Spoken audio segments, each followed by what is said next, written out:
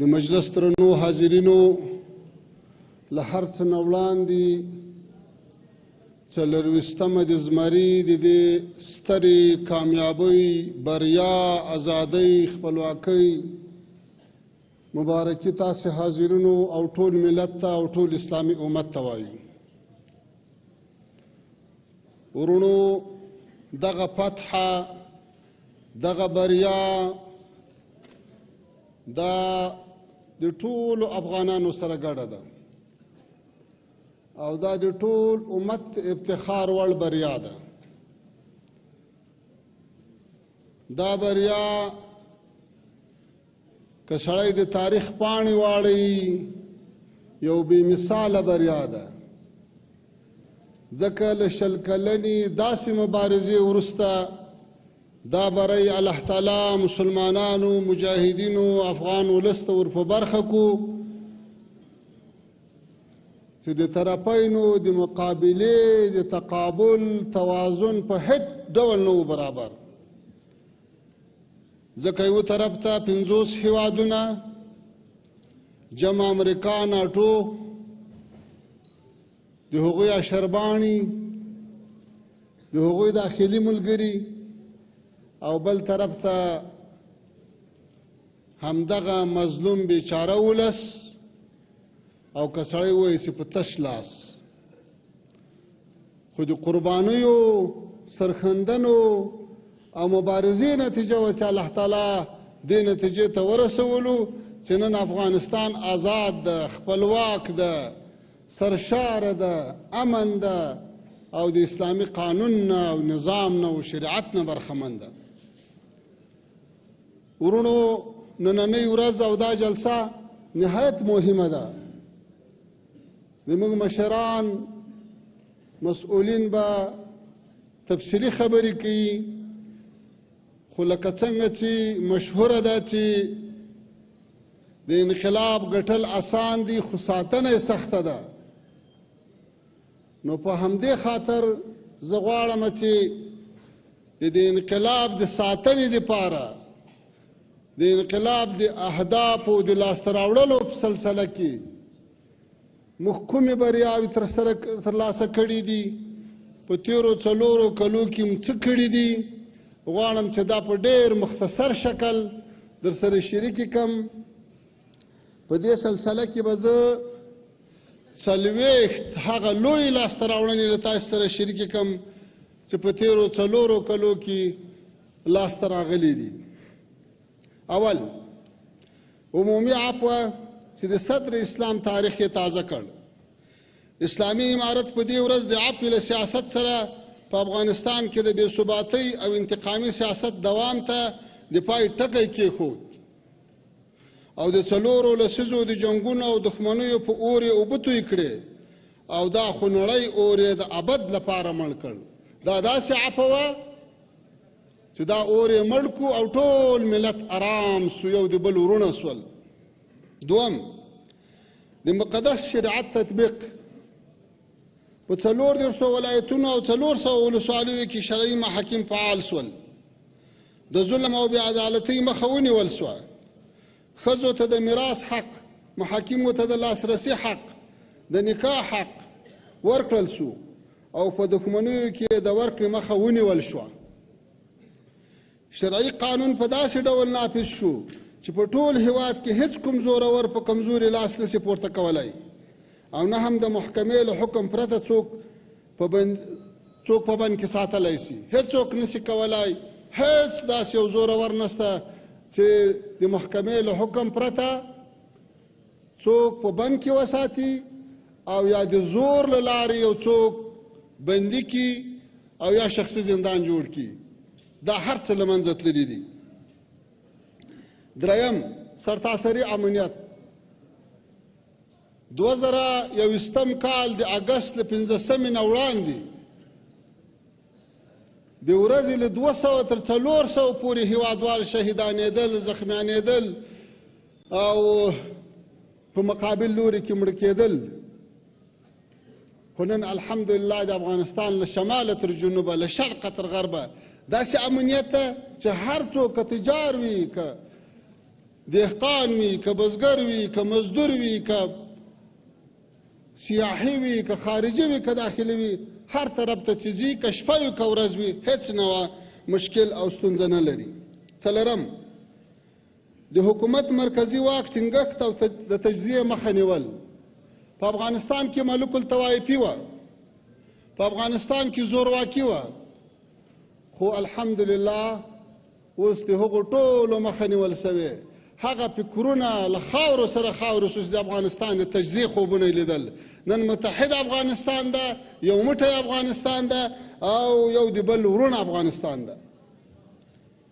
پنځم د یو واحد پوځ او پولیسو داسې جوړښت چې تر یوه قومانده لاندې دي، په داسې حال کې چې تېر 40 کاله تر بېلابېلو قومندو لاندې وو.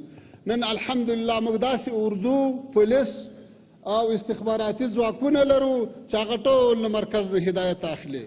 هېڅوک جلا قومنده نشي چلولی، هېڅوک په خپل سر باندې عملیات نشي ایستلی، هېڅوک د چا د شخصي قدرت تسلطي دپاره کوشش نه کوي. دا یوه ډېره لویه لاسته راوړنه ده چې افغانستان د یو داسې قوي امنیتي ځواک خاوند شو چې هغه ټول افغانستان له یوه مرکز نه اداره کوي. شپږم د خپلسرو ډلو له منځه وړل. دلته ډلې وې، ټپلې وې، دلته داعش وو، دلته نورې ډلې وې، دلته تنظیمونه حتی په قومونو بدل سوي وو. نوم به یې تنظیم وو خو جوړښت به یې قومي وو او یو د بل په ضد باندې مبارزې شروع وې. د دې ټولو ډلو ټپلو ته د پای ټکی کېښودل شو. اووم د تعصبات او قدرت جزیرو ختمول. په افغانستان کې تېر 40 کاله چې دلته اشغالګر راغلي وو، د همدې فارمولې له مخې چې بیلې که او ایلې که د تعصباتو تخمونه یې وشیندل، قومونه یې له قومونو سره مخالف کړو، سمتونه یې له سمتونو سره مخالف کړو، تنظیمي اختلافات یې راپورته کړو. الحمدلله د ټولو تعصباتو ته او د قدرت جزیرو ته د پای ټکی کېښودل شو. اتم د مخدره موادو کښت ختمول. افغانستان د نړۍ په سطح د مخدره موادو د تولید اول نمبر هیواد و. 40 لکه افغانان په نشو باندې معتاد شو. نن الحمدلله د مخدره موادو کښت 0 ته راټیټ شوی ده. نهم د لسګونو زرو معتادینو تداوي او کسب ورزده کول. د هیواد تنکي ځوانان په نشو اخته وو. بدبختانه اشغالګرو د سر سړي په پیسو اخیستل او ځوانان یې په نشو معتادول تر څو یې څوک مخالفت ونه کړي. نن الحمدلله تر 120,000 زیات معتادین تداوي سوي دي او له تداوي سره په څنګ کې کسب هم ورزده سوی ده. لسم عادي او انکشافي بودیجه له خپلو عوایدو پوره کول. تېر 20 کاله د افغانستان 80% بودیجه له خارج نه تمویلېدله او دا 4م کال ده چې الحمدلله د موږ ټوله بودیجه که انکشافي ده که عادي ده هغه له داخلي عوایدو نه پوره کېږي. 11 د قوشتېپې لوی کانال شروع کول چې اوس یې د اکثریت برخې کار تکمیل شوی. دا هغه تاریخي پروژه وه چې له لسیزو را دې خواته امیدونه وو خو چا شروع کولی نه سوی. دا هغه پروژه ده چې افغانستان به د غلو دانو له خوا خودکفا کوي. دا هغه پروژه ده چې افغانستان به د نورو له احتیاجه خلاصوي. نن الحمدلله په ډېر قوت سره روانه ده. 12 د ملي پراختیا شرکت مجموعاً 105 ډوله وسایل جوړ کړي دي. 105 ډوله نوي وسایل چې 80 ډوله زراعتي وسایل دي. له موټره نیولې بیا تر د زراعت تر یوې او نورې مشینرۍ پورې 105 ډوله وسایل په دې 4 کالو کې جوړ شوي دي. 14 سالنګ کانکریټ کول چې پخوا کله هم داسې محکم نه و جوړ شوی. دا صحیح ده چې سالنګ به وخت په وخت خرابېده او بیرته به قیر ورباندې اچول کېدو، خو دا وار کانکریټ شوی ده. کانکریټ دا معنا چې دا به لسګونه کاله بیا دوام کوي او داسې چېرته مخکې نه و سوي.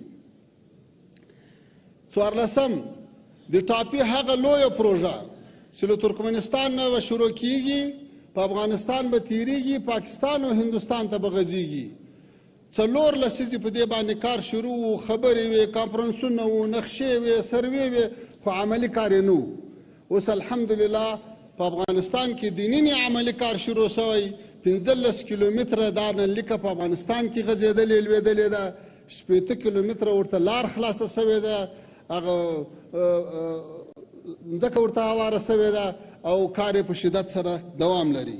15 کاسازر د برق لین چې له قرغیزستان نه را شروع دی، په تاجکستان نه تېرېږي او د افغانستان نه لارې پاکستان ته 1000 میګاواټه برق انتقالوي. اوس په افغانستان کې چارې په چټکۍ سره پر مخ روانې دي چې دا به د 4 هیوادونو سره وصل کی او دا به د افغانستان هغه اصلیت ثابت کی چې افغانستان د جنوبي او مرکزي اسیا تر مابین د اتصال نقطه ده. 14 ترانس افغان د اورګاډي د لیکي لویه وسلوونکې پروژه چې د امکان سنجي د مطالعې تړون یې څه وخت مخکې په کابل کې لاسلیک شو. د افغانستان، ازبکستان، پاکستان د ترانسپورټ وزیرانو څه وخت مخکې په دې باندې لاسلیک وکړو او انشاءالله وروسته به یې چارې پیل کېږي. 15 په هېواد کې د صنعتي انقلاب راوستلو په هدف صنعتي پارکونو ته په زرګونه هکتار ځمکه خاصول او ورویشل او د فابریکو تعداد تر 6000 اوښتل. د فابریکو تعداد تر 6000 اوښتل چې په لکونو هیوادوالو ته د کار زمینه پکې مساعده شوې ده او د افغانستان په ډیرو برخو کې خود کفا شوی او له داخلي تولیداتو استفاده کوي. 13 د افغاني ثبات او د کرنسۍ لوړېدل. له لسیزو راځي خواته چیرته هم افغانۍ د ډالر په مقابل کې پورته نه ده تللې، بلکې همیشه به په شا روانه وه. نن الحمدلله 4 کاله مخته افغانۍ د ډالر په مقابل کې 130 ته ورسېده. نن هغه داسې په 8 9 او 10 کې چلیږي. نو هم پورته شوې ده او هم خپل ثبات ښودلی ده. دا د ټولو هیوادوالو لپاره د نرخونو د کنټرول لپاره یوه لویه لاسته راوړنه ده. د میلیارډونو ډالرو په ارزښت د بهرمیشتو افغان سرمایه ګزارانو پانګې راجلبول. د افغانستان هغه لوی سرمایه‌داران چې په خارج کې وو او زړه یې نه شوی ښه کولی چې افغانستان ته سرمایه را نقل کړي، نن الحمدلله د هغو په میلیارډونو ډالره بودیجه افغانستان ته را نقل کېږي او دلته څوک فابریکې جوړوي، څوک شرکتونه جوړوي، څوک په زراعت کې سرمایه ګزاري کوي، څوک یې په معدن کې کوي. دا هم یوه لویه لاسته راوړنه ده. د هېواد ټول معدنیات د هېواد ټول معدنیات له شخصي لاسونو څخه ایستل او په شفاف ډول یې عواید مرکزي خزانې ته داخلول. پخواسې به په کومه سیمه کې چېرته معدن و او کوم زورور به ورباندې مسلط و، ګټه به یې خوړه. نن الحمدلله ټول مرکزي بانک ته، مرکزي خزانې ته راځي او د ملت په خیر باندې مصرفېږي. 20 د بهرنۍ مرستې پر ځای په داخلي سرچینو اتکا او د عوایدو مرکزي کول چې اوس حتی یوه افغانۍ یا یو ډالر هم څوک له عوایدو څخه نشي مصرفولی او ټول عواید بانک ته ځي. که یو وزارت په میلیارډونو عواید هم لري، خدای به یوازې له بودیجې نه مصرف کوي، عواید به ټول که یوه افغانۍ وي که 1000 افغانۍ وي هغه به مرکزي بانک ته داخلوي. 20 د برېښنا د تولید په برخه کې د لمریزې برېښنا د لویو پروژو پیل چې الحمدلله په تېر یو کال کې 600 میګاواټه شاوخوا د برېښنا قراردادونه شوي، عملي کار یې روان دی چې تر ډېره به له 1 تر 2 کلو پورې بشپړ شي. 20 د کابل ښار د سړکونو د پراختیا په برخه کې د کابل ښاروالۍ بېساري فعالیت چې الحمدلله هغه بند سړکونه خلاص کړو، نوي سړکونه جوړ کړو، لارې خلاصې کړې، مسلمانانو ته سهولتونه جوړ کړو او کابل یې ښایسته کړو، روښانه کړو. 40 کابل کندهار قریب 1500 کیلومتره سړک په مکمل ډول له بنیاده جوړول او پخول او د کابل غزني د دویم سړک چارې هم په چټکۍ سره روانې دي. د کابل کندهار 480 کیلومتره سړک له پلونه نیولې بیا تر پلچکه او بیا تر قراندازۍ دا ټول سره ورغول شو او اوس ټول خلک ویني. همدارنګه په 2 لین باندې چټک کار شروع ده، د کابل تر غزني پورې به انشاءالله په راتلونکي کې بشپړ شي. 25 کابل جلال آباد دویم سړک باندې کار شروع کول چې چارې په چټکۍ سره روانې دي. دغه لار چې هم تنګه ده، هم پیچلې ده، هم تلفات لري، دا به هم انشاءالله بشپړه شي. 26 د هرات پاشدان بند ګټې ته سپارل او فراه کې بخشاباد بند چارې پیل کول او په ولسوالیو کې 410 چک ډیمونه جوړول. داسې وچکالي ده تر مځکه لاندې اوبه ورځ کمیږي. نو امارت په تیر کال کې 410 چک ډیمونه په بېلابېلو ولسوالیو کې جوړ کړو چې دا به د افغانستان په تیرو 10 20 30 40 50 حتی 100 کلو کې مثال نه لري. وستم د صادراتو زیاتوالی. افغانستان تر پخوا په صادراتو کې الحمدلله زیاتوالی راغلی. دا په دې معنی چې موږ هم په صنعت کې مخته تللي یو، هم په زراعت کې مخته تللي یو، او هم معدنیات نه ښه استفاده کړې ده او صادرات هم زیات شوي دي. اته وستم د آمو سیند ته استنادي دیوالونه جوړول. د آمو سیند چې د افغانستان، تاجکستان، افغانستان، ازبکستان، افغانستان، ترکمنستان تر مابین تیر شوی. تیر 40-50 کاله د افغانستان په لسګونو زره جریبه مځکه ویوړه، هایدرې، جوماتونه، مکتبونه، کلي ویوړو. ولې الحمدلله اوس د اسلامي امارت لوري په لومړي ځل استنادي دیوالونه ورته جوړ شو او د خلکو ملکیتونه وساتل شو. نوستم د امارتي مځکو د غصب مخنیوی. د افغانستان ځکې وې چې چېرته به کوم زورور پیدا شوي هغه به لاندې کولې. اوس خو د څوک 1 ګز یا 1 انچ مځکه لاندې کړي الحمدلله. دیرسم د میلیونونو مهاجرینو استقبال، خدمت او ښه مدیریت او ښارګوټي ورته جوړول. 40 کاله مسلسل له افغانستانه خلک وتل، په میلیونونو 10 میلیونه افغانان له هېواده ووتل. ولې الحمدلله په تیرو 4 کلو کې په میلیونونو افغانان بیرته راغلو. ډېر ښه مدیریت شو، خدمات ورته وړاندې شو، ښارګوټي ورته جوړ شو او نور سهولتو کې به هم کوشش ورته کیږي. الله تعالی دې په خوشحالۍ راستانه کړي. یو دیرسم 650,000 یتیمانو 650,000 یتیمانو، کونډو، معیوبینو ته په میاشتني ډول نقد کومک او کفالې ورکول. په تاریخ کې لومړی ځل دی چې حکومت مرستندو ادارو زیاته مرسته کوي. 6.5 لکه بېوزلانو ته په کور تنخوا حواله کول، دا کېدای شي چېرته مثال ونه لري. 2 په ښارونو کې د زرګونو سوالګرو راټولول او ماهانه مرسته ورته حواله کول. د موږ تاسو په ښارونو کې 2 ډوله سوالګر وو، یو کسبګر سوالګر وو او یو محتاج سوالګر وو چې د دې ټولو پلټنه وسوه. کسبګر له دې کاره بند شو او څوک چې محتاج وو هغو ته په کورو باندې کفالې او خرڅ حواله شو. الحمدلله له هغه احتیاج خلاص شو. 3 په کابل کې د نړیوال اسلامي پوهنتون تاسیس او په بېلابېلو برخو کې د دکتورا په کچه د درسونو آغاز او د استادانو په حیث د بهرنیو پروفیسرانو متخصصینو جلب او استخدام. په لومړي ځل په کابل کې نړیوال پوهنتون جوړ شو. د دکتورا په سطح باندې زده کړې پیل شوې او ګڼ شمېر متخصصین پروفیسران له بېلابېلو هیوادونو را دعوت شو. هغوی ته امکانات، معاشات برابر شو. نن الحمدلله موږ تاسو وینو چې هیوادوالم د لوړو زده کړو تشنګان او تږي په خپل هیواد کې دکتورا حاصلوي او دا ویاړ ور په برخه کیږي. 4 د سلګونو دیني مدارس او مکاتبو جوړول چې اوس زموږ د شاګردانو تعداد تر 10 میلیونه اوړي چې 2.8 میلیونه نجونې دي. 10 میلیونه شاګردان او د هغو دپاره وسایل برابرول دا لویه لاسته راوړنه ده.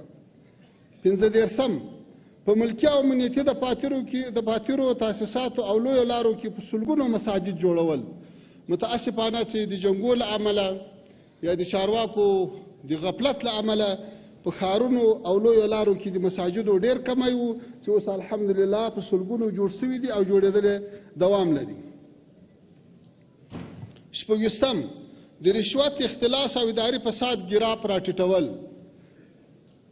ورونو یوه نمونه به زه درته وایم. زموږ په زرګونو ملګري به په باګرامو، پولیسچرخي او نورو زندانو کې بند وو او اکثره به یې په کورو چاپېوالي وي. یو به مجاهد و او د کورنۍ 15-10 کسه به یې د کلي نورو سره راوړي وو. دا هر کس چې به بېرته خلاصېدو دی به خپل کور و، باغ و، پټی و، جایداد ورته خرڅاوه. 15,000 10,000 20,000 $10,000 به رشوت ورکاوه، بیا به خلاصېدل.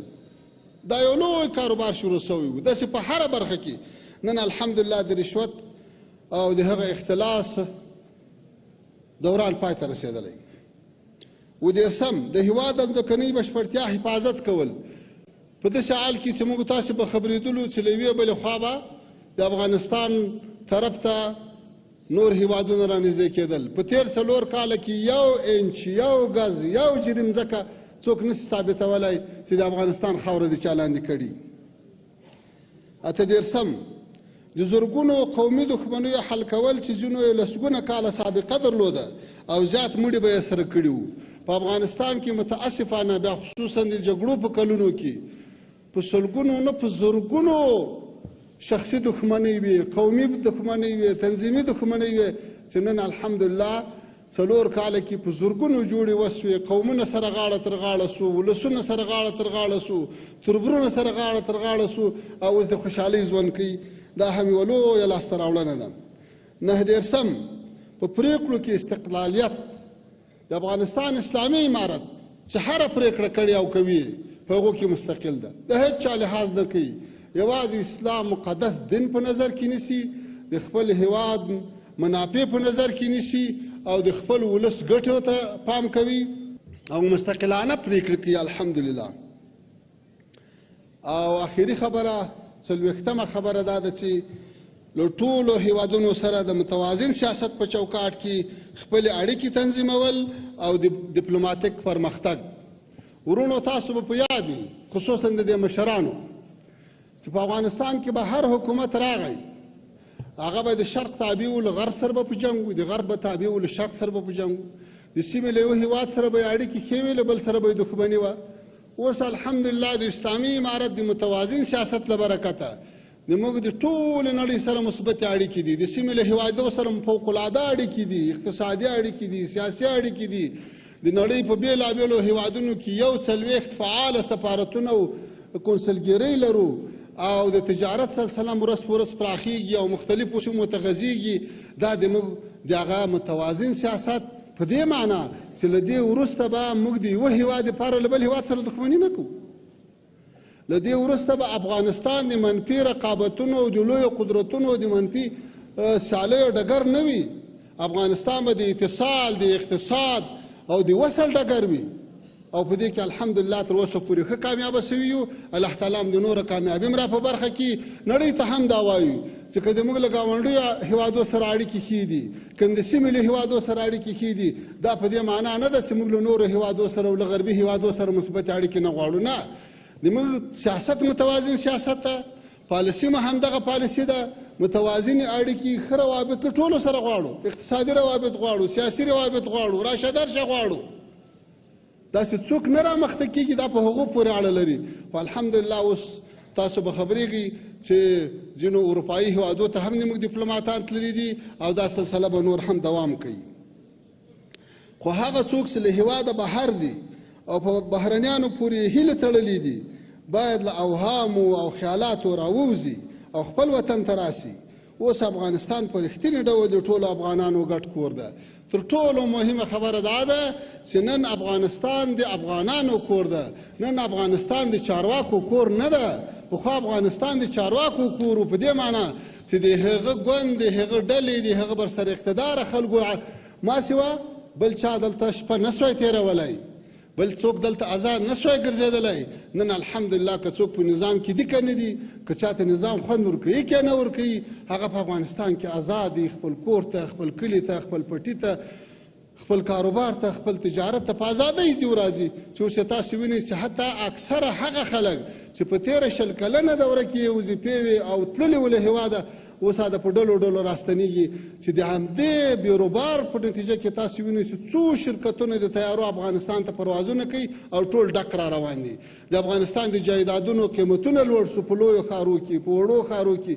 دا د دې څرګندوی ده چې افغانانو ته اطمینان حاصل شوی ده، ټولو خپل کور ته د خپل کور په سترګه کتلي دي. نو الله تعالی دې وکړي چې آینده کې هم دغسې یو بل ته لاس سره ورکړو او دا وطن جوړ کړو. په اخر کې دا وایم چې لکه څنګه چې موږ تاسې نن خوشحاله یو، خپلواک یو، آزاد یو، راځئ ټول دعا وکړو چې یا الله ته خو د فلسطین مظلوم ملت هم داسې ازادي ور په برخه کې یا الله ته خو یې له دغه ظالمانو له ظلم خلاص کړي خدای تعالی د هغوی هم کامیابه سرلوړي آزاد او خپلواکي ډېر د مظلومیت شپې ورځې تېروي په سخت وحشت کې وخت تېروي د دنیا هغه قوتونه چې د بشر د حقوقو دعویداران دي هغوی هلته د بشر ټول حقوق تر پښو لاندې کړي دي هلته د انسانیت ټول اخلاق تر پښو لاندې کړي دي هلته انسان ته د انسان په سترګه نه ګوري هلته ماشومان او ښځې او سپین سرې هغه له لوږې نه ژوند له لاسه ورکوي هغه د کومک دپاره ورټولوي بیا بمبار پرې کوي نو یا الله ته خو د دې ظالمانو له ظلمه دا بېچاره ولس مسلمانان د غزې خلاص کړي خدایه داسې ازادي او خپلواکي ور نصیب کړي لکه افغانانو ته چې مو نصیب کړه واخر دعوانا ان الحمد لله رب العالمين